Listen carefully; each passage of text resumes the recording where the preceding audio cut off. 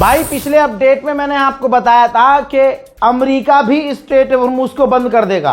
यानी अगर यहां पर स्ट्रेट ऑफ हॉर्मुज है और अमेरिका की पहुंच पीछे या उसके आगे तक है, वहां है और पीछे है, यहां नहीं है पहुंच, तो ये पीछे से ही अपना ब्लॉकेज लगा देगा, वहीं से रास्ता बंद कर देगा। अब जो 2-4 जहाज गुजर भी रहे थे स्ट्रेट ऑफ हॉर्मुज से, अब वो भी नहीं गुजरेंगे।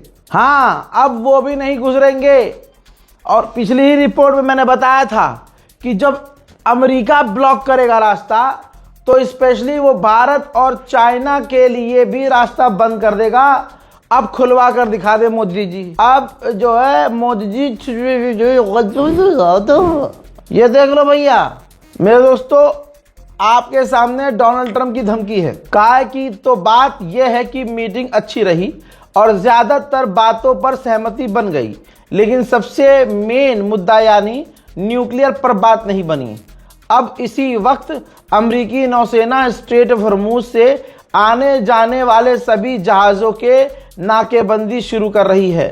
हम चाहते थे कि सब कुछ सामान्य रूप से चले, लेकिन ईरान ने यह कहकर रोक दिया कि वहां कहीं समुद्र सुरंगें, माइंस बिछी हो सकती हैं, जिसके बारे में सिर्फ उन्हें पता है।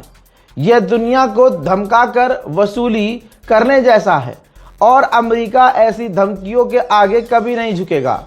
मैंने अपनी नौसेना को आदेश दिया है कि अंतर्राष्ट्रीय समुद्र में उन सभी जहाज़ों को रोकें जिन्होंने ईरान को अवैध टैक्स टोल दिया है। जो भी ऐसा करेगा उसे सुरक्षित रास्ता नहीं मिलेगा। हम ईरान द्वारा बिछाई गई समुद्री सुरंगों को नष्ट करना शुरू करेंगे। अगर किसी भी ईरानी ने हम पर या किसी शांतिपूर्वक जहाज पर हमला किया तो उसे नेस्तनाबूद कर दिया जाएगा। ईरान अच्छी तरह जानता है कि इस स्थिति को कैसे खत्म करना है, जिसने उनके देश को पहले बर्बाद कर दिया है। उनकी नौसेना और वायुसेना खत्म हो चुकी है और रडार सिस्टम बेकार हैं। उनके कई बड़े नेता मारे जा चुके हैं। ये सब उनकी परमाणु महत्वाकांक्षा की वजह से हुआ है। नाकेबंदी जल्द ही शुरू होगी और इसमें अन्य देश भी शामिल होंगे। ईरान को इस अवैध वसूली से फायदा नहीं उठाने दिया जाएगा। उन्हें पैसा और परमाणु शक्ति चाहिए। हम पूरी तरह तैयार, लॉक्ड एंड लोडेड हैं और सही समय आने पर हमारी सेना ईरान के बचे कुचे हिस्से को तबाह कर देगी। दूसरी धमकी में दोस्तों, उसने पहले ये धमकी दी, फिर दूसरी धमकी ये है कि ईरान ने स्ट्रेट ऑफ हॉर्मुज खोलने का वादा किया था, लेकिन उन्होंने जानबूझकर ऐसा नहीं किया। इसकी वजह से पूरी दुनिया के लोगों और देशों को काफी परेशानी और मानसिक तनाव झेलना पड़ रहा है। वे कह रहे हैं कि उन्होंने पानी में, समुद्र में बम यानी माइंस बिछा दिए हैं, जबकि उनकी नौसेना और सुरंग बिछाने वाले जहाज लगभग खत्म किए जा चुके हैं। भले ही उन्होंने ऐसा किया हो, पर कौन सा जहाज मालिक ऐसा जोखिम उठाना चाहेगा? इससे ईरान और उसके बचे कुचे नेताओं की साख को बहुत बड़ा नुकसान उठाना पहुंच सकता है। अब उनके लिए यह बेहतर है कि वे इस अंतर्राष्ट्रीय जल मार्ग यानी रास्ते को जल्द से जल्द खोलें। यानी फिर से ट्रंप ने धमकी दी है और कहा है कि वो हर कानून का उल्लंघन कर रहे हैं। मुझे उपराष्ट्रपति जेडी वेंस, विदेश विशेष दूत स्टीव विकटॉफ और जैरेड कुशनर ने इस्लामाबाद में हुई मीटिंग की पूरी जानकारी दी है। यह मीटिंग पाकिस्तान की फील्ड मार्शल आसिम मुनीर और प्रधानमंत्री शहबाज शरीफ के कुशल नेतृत्व में हुई है। वो बहुत इंपॉर्टेंट लोग हैं और वो भारत के साथ होने वाले एक भयानक युद्ध को रोकने और 3 से 5 करोड़ लोगों की जान बचाने के लिए लगातार मेरा शुक्रिया अदा करते आए हैं। मानवता की ऐसी बातें सुनना हमेशा अच्छा लगता है। बहरहाल मेरे दोस्तों, ये जो लंबी लंबी बकलोलियां चल रही हैं, देखिए जो हारता है उसे इतनी लंबी बातें करनी पड़ती हैं, जो जीतता है उसे इतना लंबा लिखना नहीं पड़ता है, हर चीज साबित नहीं करनी पड़ती है। पाकिस्तान की इससे चापलूसी की है। पहली बार डोनाल्ड ट्रंप ने जिंदगी में अगर किसी की चापलूसी की होगी तो वो पाकिस्तान की है। भारत के हम लोगों को और खासकर मोदी सरकार को बहुत बुरा लग रहा है। गोदी मीडिया को और ज्यादा बुरा लग रहा है, लेकिन क्या करें, मोदी सरकार, गोदी मीडिया की हरकतें ही ऐसी हैं। हमें लगता है कि मीम बना देंगे, हम पाकिस्तान को नीचा दिखा देंगे, हो गया काम। लेकिन दुनिया की तमाम ताकतें पाकिस्तान की तारीफ कर रही हैं। भले ही पाकिस्तान इस मीटिंग को कामयाब करवाने में फेल हुआ, लेकिन अहम चीज़ ये है कि अमेरिका हो, फ्रांस हो, जर्मनी हो, ब्रिटेन हो, सऊदी अरब हो, सब एक लाइन से शुक्रिया अदा कर रहे हैं कि भाई पाकिस्तान ने बढ़िया काम किया। क्योंकि अगर डील नहीं हुई तो इसमें पाकिस्तान की कोई गलती थोड़ी है। पाकिस्तान ने तो प्लेटफॉर्म मुहैया कराया और पूरी ताकत से दोनों को मनाने की कोशिश की। अब जो ये 2 ट्वीट किए हैं, इसमें एक बात क्लियर हो गई है कि अमेरिका की फौज कमज़ोर है, डोनाल्ड ट्रंप हारा हुआ है। बेचारा एक तरफ कह रहा है कि हमने ईरान की नेवी को तबाह कर दिया है, दूसरी तरफ स्ट्रेट ऑफ हॉर्मुज़ साला फिर नहीं खोल पा रहा है। अबे अगर ईरान की नेवी खत्म हो चुकी है तो सीधा स्ट्रेट ऑफ हॉर्मुज़ में आओ और रास्ता खुलवा लो। नहीं, स्ट्रेट ऑफ हॉर्मुज़ में नहीं आ रहा है, फिर भी कई 100 किलोमीटर पीछे से इसने रास्ता बंद कर दिया है। अब रास्ता बंद कर दिया है और ये कह रहा है कि लोगों से जो पैसा वसूल रहा है ईरान जहाज़ों से, ये बर्दाश्त नहीं किया जाएगा, इसलिए हम रास्ता बंद कर रहे हैं। अबे कल तक पैसा देके कुछ जहाज निकल तो रहे थे, अब इसने अमेरिका ने पूरी तरह से बंद कर दिया कि अब कोई नहीं जाएगा। यानी ईरान कुछ पैसा ना कमा ले, इसलिए अब सारी दुनिया को और मुसीबत में डोनाल्ड ट्रंप ने डाल दिया है। अब सुन लीजिए आगे की जानकारी। ईरान के लिए दुआओं की जरूरत है। नेतन्याहू इमरजेंसी मीटिंग कर रहा है, काफी हाई लेवल की इमरजेंसी मीटिंग। कहा जा रहा है कि डोनाल्ड ट्रंप ने पीछे से उंगली करी है कि अब तुम्हें क्या करना है। नेतन्याहू एक्टिव हो गया है और ईरान पर बड़े हमले की साजिश शुरू हो चुकी है। ईरान के 940 स्कूलों पर हमला हुआ है, अल जजीरा कंफर्म कर रहा है 940, जिसमें से 18 स्कूल ऐसे डैमेज हुए हैं जैसे वहां कुछ था ही नहीं। रेड सी के अंदर, लाल सागर के अंदर, नहीं पता किस देश का टैंकर था, लेकिन टैंकर है। उसमें अननोन समुद्री लुटेरे, अल्लाह जाने कौन थे, उन्होंने उस टैंकर पर चढ़ने की कोशिश की। टैंकर की जो सिक्योरिटी थी उसने प्लेयर्स दागे, गोलीबारी की, जिसके बाद वो जो चढ़ने की कोशिश कर रहे थे लोग वहां से फरार हो गए। कैमरे के आगे आकर गुलाबी सुअर बड़ी बड़ी बातें करता है और पीछे से इनकी घिग्गी बंदी है ईरान के आगे। मेरे दोस्तों, कल जो अमेरिका कह रहा था कि खुद गुलाबी सुअर ने ट्वीट किया था कि हमारे 2 जहाज़ों ने स्ट्रेट ऑफ हॉर्मुज़ को क्रॉस किया है ताकि दूसरों का भी डर खत्म हो।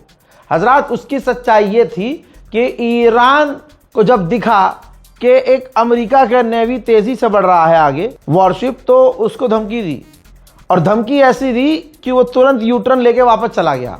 लेकिन गुलाबी सुअर ने कहा नहीं, हमारा जहाज तो आगे निकल गया। अब वो वीडियो सामने आया है ईरान का, जिसमें ईरानियन नेवी अपने खूंखार अंदाज में, बादशाही वाले अंदाज में, हैदरी अंदाज में, अपनी टोन में धमकी दे रही है अमेरिका को, पीछे हट जाओ, रुक जाओ, ये लास्ट वार्निंग है वरना हमला कर देंगे। Navy warship 121, this is Sepah Navy station. You must alter course and go back to the Indian Ocean immediately. If you don't obey my order, you will be targeted. Out. This is Coalition Warship 121, engaged in transit passage in accordance with international law. No challenge is attended to you. US Navy warship transiting in the vicinity of Fujay Report and Oman Sea. This is Sepah Navy. This is Sepah Navy. Last warning, last warning, last warning. He was close to High Island 4. अल्लाह अकबर, अल्लाह अकबर। अब दोस्तों एक और बड़ा update दे दूं, Vladimir Putin ने offer दिया है mediation का। पाकिस्तान के बाद अब रूस ने कहा है कि हम मीडिएशन करवाने को तैयार हैं। उधर एक्सपर्ट कह रहे हैं कि ईरान का न्यूक्लियर जो है, ईरान का जो यूरेनियम है, इन तमाम हमलों के बावजूद बच गया है।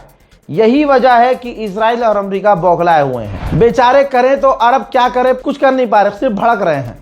भड़कने अलावा थक भी नहीं रहे हैं भड़क के। यूएई फिर से भड़का है, ऑफिशियल्स उसके यूएई के कह रहे हैं कि स्ट्रेट ऑफ हॉर्मुज़ ईरान का थोड़ी है जो उसे वो कंट्रोल करेगा। अभी तक ससुरे ये बयान दे रहे थे, अब पता चला कि ले पीछे से अमेरिका ने भी रास्ता बंद कर दिया। ले बेटा घोप घोप। अब जानिए एक और बड़ा अपडेट, आखिरकार ईरानियन टॉप ऑफिशियल्स भी इस्लामाबाद से तेहरान के लिए चले गए हैं। जब तक आप ये वीडियो देख रहे होंगे वो तेहरान में उतर चुके होंगे। अमेरिकी पत्रकार, जिससे डोनाल्ड ट्रंप भी पैंट में मुंह देता है उसकी बातें सुन के, ट्रकर कार्सल, इसने फिर से कहा है और बड़ी बात कही है कि डोनाल्ड ट्रंप नेतन्याहू का स्लेव बन चुका है, गुलाम बन चुका है। नेतन्याहू जो चाहेगा ट्रंप वही करेगा। हमारी जो डेटा टीम है उसने ये डेटा निकाला है जिसके अंदर पता चला है कि जो अमेरिका की नेवी और नेवी वेसल्स, एयरक्राफ्ट कैरियर हथियारों से खत्म हो चुके थे, जिन पर हथियार खत्म हो चुके थे, इस बातचीत के बहाने जो समय मिला उन तमाम जहाजों को हथियारों से लाद दिया गया है। तभी तो मैं शुरू से चीख रहा था कि IRGC को बात नहीं माननी चाहिए। चाइना गया तेल लेने, आपकी लड़ाई है, आपके मुल्क को मिटाने की बात चल रही है। भाड़ में जाए रशिया, भाड़ में जाए चाइना, अकेले लड़ रहे हो तो अकेले फैसला लेते, क्यों बातचीत करी, क्यों अमेरिका को और इजराइल को तो समय दे दिया।